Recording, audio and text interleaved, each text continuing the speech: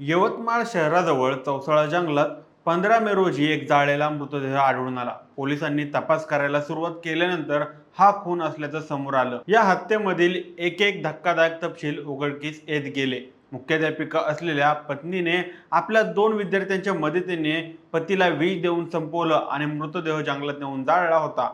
पोलिसांनी दिलेल्या माहितीनुसार मृतदेह शंतनू देशमुख वय 32 नावाच्या व्यक्तीचा होता. निधी देशमुख असं त्याच्या आरोपी पत्नीचं नाव आहे. शंतनू हा 13 मे पासून बेपत्ता होता. पत्नी निधी देशमुखने फळांच्या शेकमध्ये विष मिसळून त्याची हत्या केली आणि 2 विद्यार्थ्यांच्या मदतीने मृतदेह जाळला. या प्रकरणी निधी देशमुखवर खुनाचा गुन्हा दाखल करून तिला 3 दिवसांची पोलीस कोठडी सुनावण्यात आलेली असल्याचं पोलिसांनी सांगितलं आहे.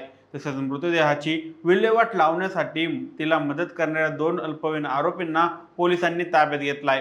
हे नेमकं प्रकरण काय आहे, काय घडलं, पोलिसांच्या तपास आणखी काय काय पुढे आलंय ते समजून घेऊया आजच्या व्हिडिओच्या माध्यमातून. नमस्कार, मी सनी आणि तुम्ही पाहताय दैनिक राजा लोकतंत्र. वर्षभरापूर्वी शंतनू आणि निधीचा प्रेमविवाह झाला होता. लग्नाला शंतनूच्या आई वडिलांचा विरोध होता. शंतनू आधीपासूनच व्यसनाच्या आहारी गेला होता. कुटुंबातलेही त्याच्या व्यसनामुळे त्रासलेले होते. त्यामुळे आई वडिलांनी त्याला वेगळं राहण्यास सांगितलं होतं. यामुळे शंतनू पत्नीसह आई वडिलांपासून विभक्त राहायचा. सुयोगनगरला भाड्याच्या खोलीत ते दोघे राहत होते. दोघेही एकाच शाळेत शिक्षक म्हणून काम करायचे. शंतनू यवतमाळच्या सनराइज इंग्लिश मीडियम स्कूलमध्ये शिक्षक म्हणून कार्यरत होता. त्याची पत्नी निधी देशमुख त्याच शाळेत मुख्याध्यापिका म्हणून काम करायची. लग्नानंतर काही महिन्यातच शंतनूने पत्नीला त्रास देण्यास सुरुवात केली. दारूमुळे दोघात खटके उडायला लागले होते. शंतनू दारूसाठी वारंवार पत्नीकडे पैसे मागायचा आणि पैसे दिले नाहीत तर मारहाण करायचा.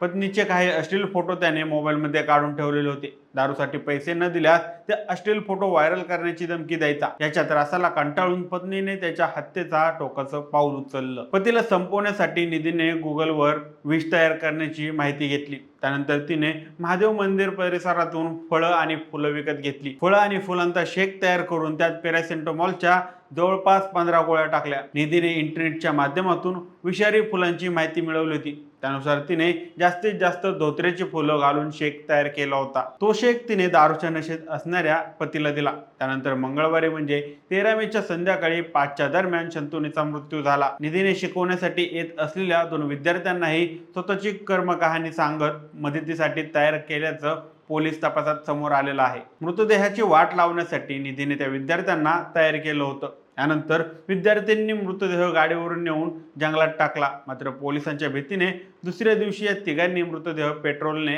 जाळला. त्यानंतर तिने शंतनू बेपत्ता असल्याचा बनाव रचला. शंतनू बेपत्ता असल्याचं दाखवण्यासाठी ती स्वतःच शंतनूला कॉल करून त्याची विचारपूस करायची.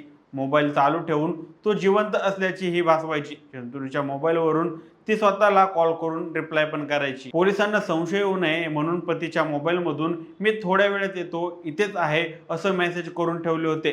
पुरावे नष्ट करण्यासाठी तिने सगळे प्रयत्न केले होते. मात्र पोलिसांनी नेमके धागेदोरे शोधत काढले. बेवारस मृतदेह सापडल्या प्रकरणी लोहार पोलीस ठाण्यात तक्रार दाखल करण्यात आली होती. मात्र मृतदेहाची ओळख पटत नव्हती. पोलिसांत कोणत्याही बेपत्ता झाल्याची तक्रार दाखल नव्हती.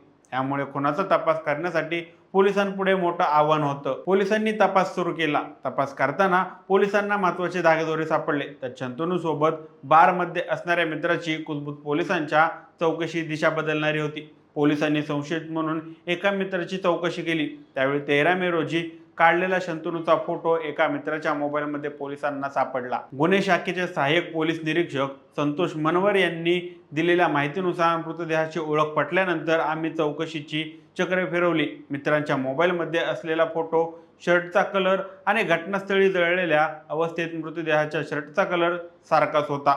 आम्ही सविस्तर माहिती काढून शंतनूच्या पत्नीची चौकशी केली. तेव्हा आम्हाला तिच्याकडून ओढवाओढवीची उत्तर मिळाली. चौकशी अंती आम्ही आरोपी पत्नी निधी देशमुख हिला ताब्यात घेतलं. तिने गुन्ह्याची कबुली दिली असून दारुड्या पतीपासून सुटका करण्यासाठी हा खून केल्याची कबुली दिली आहे, अशी माहिती पोलिसांनी दिली आहे. आता या तपासात पुढे काय सापडतं हे पाहणं महत्त्वाचं ठरणार आहे. या माहितीबाबत तुम्हाला काय वाटतं? तुमची मते आणि प्रतिक्रिया आम्हाला कमेंट करून नक्की कळवा. आणि जर राज्य लोकतंत्र चॅनलवर नवीन असाल तर चॅनलला नक्कीच सबस्क्राईब करा. धन्यवाद.